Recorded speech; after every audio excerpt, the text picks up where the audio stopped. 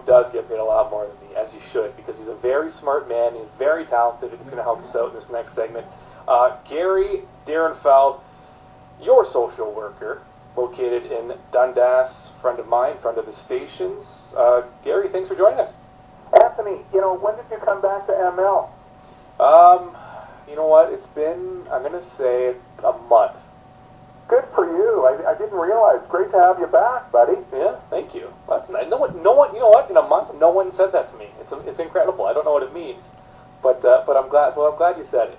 I gotta tell you what kind of sparked, and this is why I contacted you. I mentioned earlier in the show, I'm that guy. I think we're Facebook friends. I'm pretty sure we are. But I'm that guy. I'm that guy on Facebook that everyone hates because I start posting political things, and I get opinionated, and people just want to see pictures of animals and stuff. And I'm sure, and I've been told that I've been unfollowed and blocked by a lot of people. But this is what kind of sparked why I'm talking to you now. I'm going to say the last few weeks, it just seems like a lot of really tragic things have been happening. And I don't know if it's just because it's been happening in such a short period of time, but with what's going on in the Middle East, with Israel and the Palestinians, and Missouri with the shooting, and Iraq with ISIS, and it's just, and even the Robin Williams death. So there was this kind of big debate on Facebook among friends.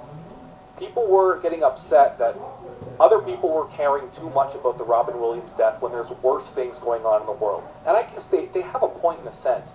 But I wanted to talk to you. What is it? Why is something like a celebrity's death, when it really doesn't impact us that much, and we shouldn't have as much empathy as maybe a child getting blown up somewhere else, but for some reason we're more affected by these things that don't seem as important?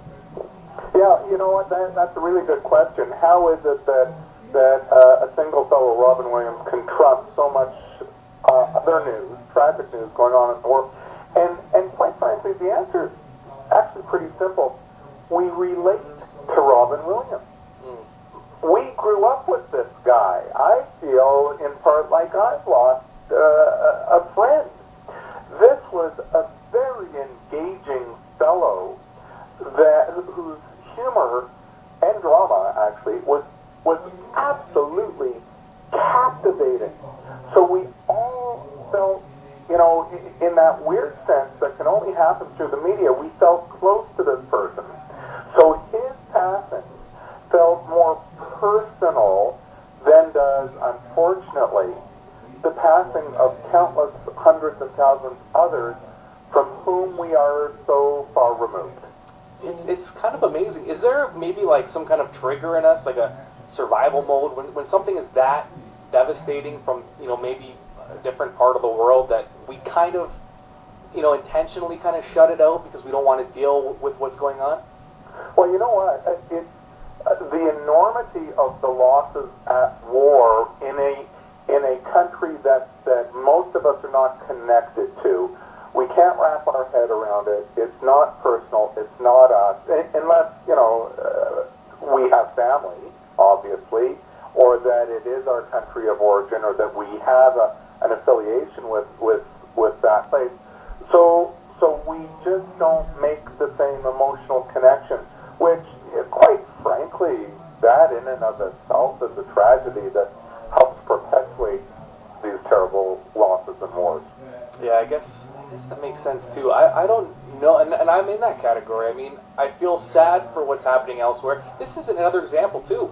This happens. It's there's a degree of criticism in the States here, but it's the way we view our troops, whereas we revere these celebrities and athletes. I mean, Kim Kardashian, for example, in the States is much more idolized than, say, someone that served for their country. So I hear you, and actually I can so relate to what you're saying, because at times it just feels like we have our priorities out of whack, doesn't it? That we can worry more about TMZ than CNN, where, what happened to Justin Bieber gets more airtime than policies set by, the conservative government. So I think our policies are out of whack, and our media, and you're a member of the media, so I don't mean to criticize. I'll take it. But our media tends to dumb down a lot of the information, Mm-hmm. and they got to go to where the people are listening, and unfortunately people are listening to a lot of garbage and not the true life things that matter. Well, and everything, say. yeah, well, and everything that especially when you talk about things online, everything's about clicks. That's the new buzzword. Is we need clicks, so we need advertisers, we need to show that people are visiting the site. So, unfortunately, they're catering to their audience. There's people that would just rather hear about Justin Bieber, and I know it almost sounds like dirty to say, but it's kind of the unfortunate reality, I guess. It is. So, from my perspective, it's great to have these kinds of conversations with you, Anthony, because we're exploring what is it we are doing as a society, and are our values, our priorities shifting in a way that's inappropriate. It's good to have this discussion. I think they are shifting in a way that's inappropriate, and that we have to get back to thinking about the larger issues, spending more time on important subjects, even if it's what's happening at our own very own city hall, to know what is happening in our community, so close to home, across our province, across Canada, and internationally. And I don't know how deep you got into this, because obviously, since you went to school, you're a bit far removed from this whole big social media explosion. But just to kind of go off. Are you saying I'm old? I would experienced. That's what I was going to say. Experienced. Oh, well. But you know what? There's truth to that. I'm of a different generation where I'm not so tied to my media. I'm not so tied to the cell phone. But having said that, I'm as influenced by it too as the next person.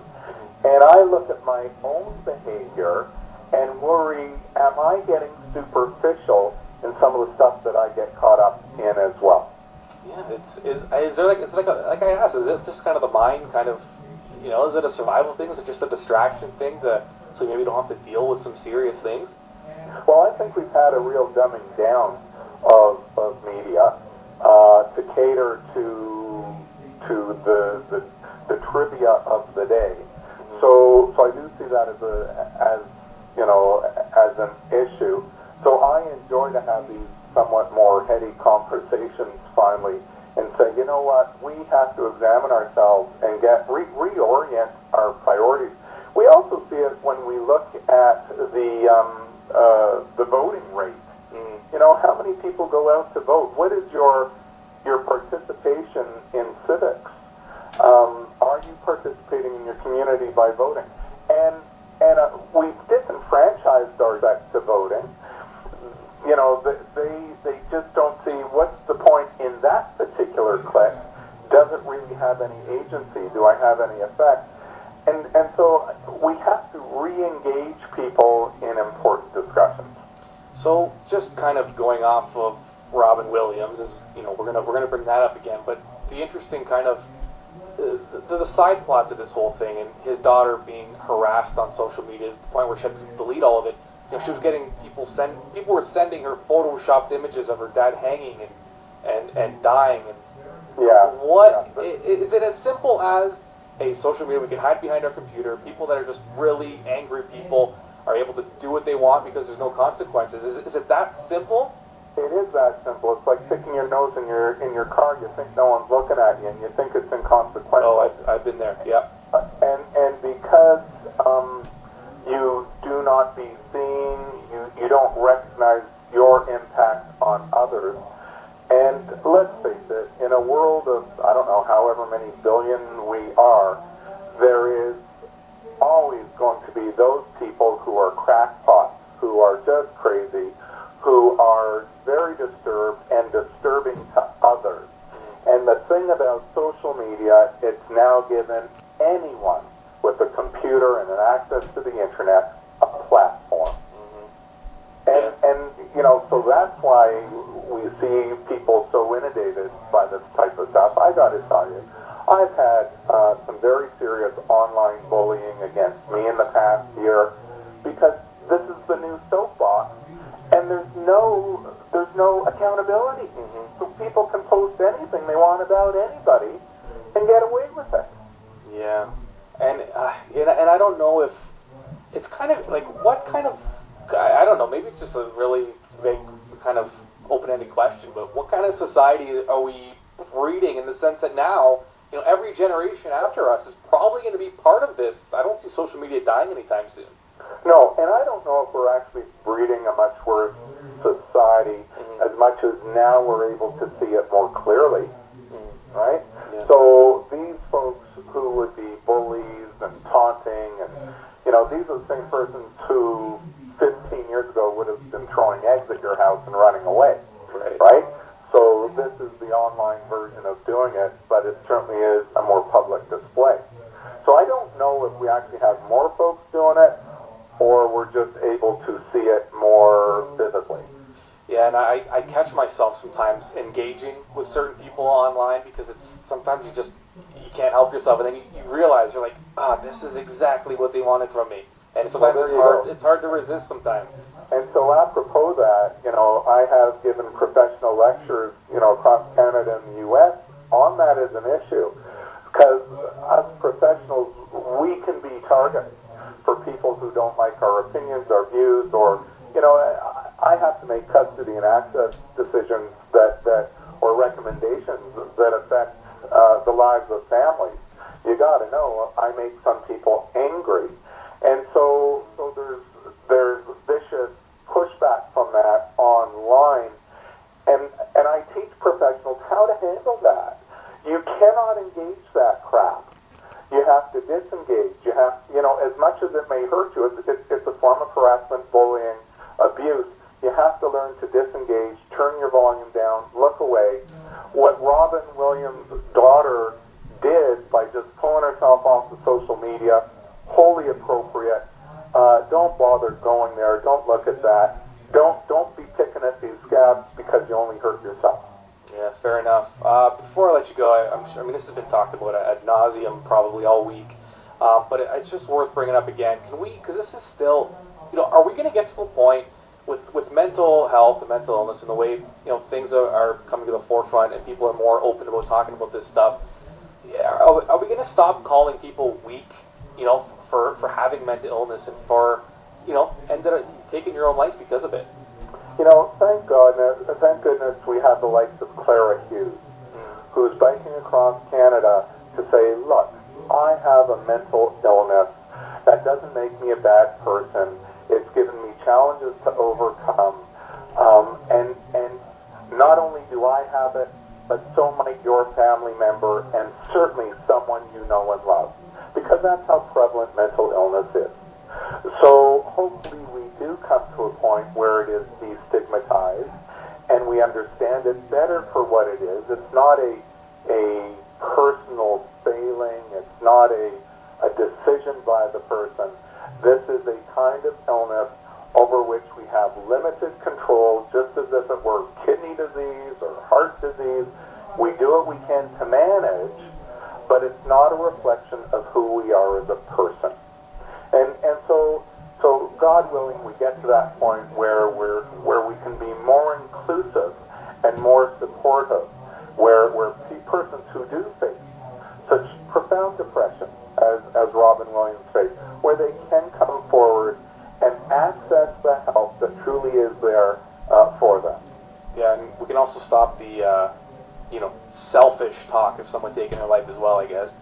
Mm-hmm. Yeah. Okay, well, Gary, it's been delightful, as it always is. I appreciate you taking the time. You're up at the cottage, I think? Up at the cottage. Living the dream. We got our winter woolies out, so what can I tell you? Yeah, that's a whole other talk. We could have spent 2 hours talking about that. It's just about the weather. I've been busier this summer, and I think it's because the weather has been so poor. Oh. It really does affect people. It's as if we have a new summer seasonal affective disorder.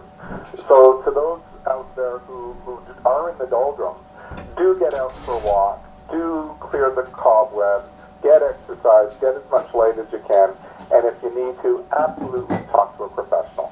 All right, Gary, what's the website again? www.yoursocialworker.com. And Anthony, welcome back. Thank you very much. It's like he made my weekend. He's the only one that said something nice to me this weekend. It's fantastic. Thank you, Gary. My pleasure. Okay, enjoy the cottage. Take care.